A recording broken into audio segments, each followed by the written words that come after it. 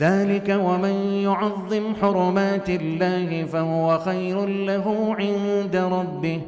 وأحلت لكم الأنعام إلا ما يتلى عليكم فاجتنبوا الرجس من الأوثان واجتنبوا قول الزور حنفاء لله غير مشركين به.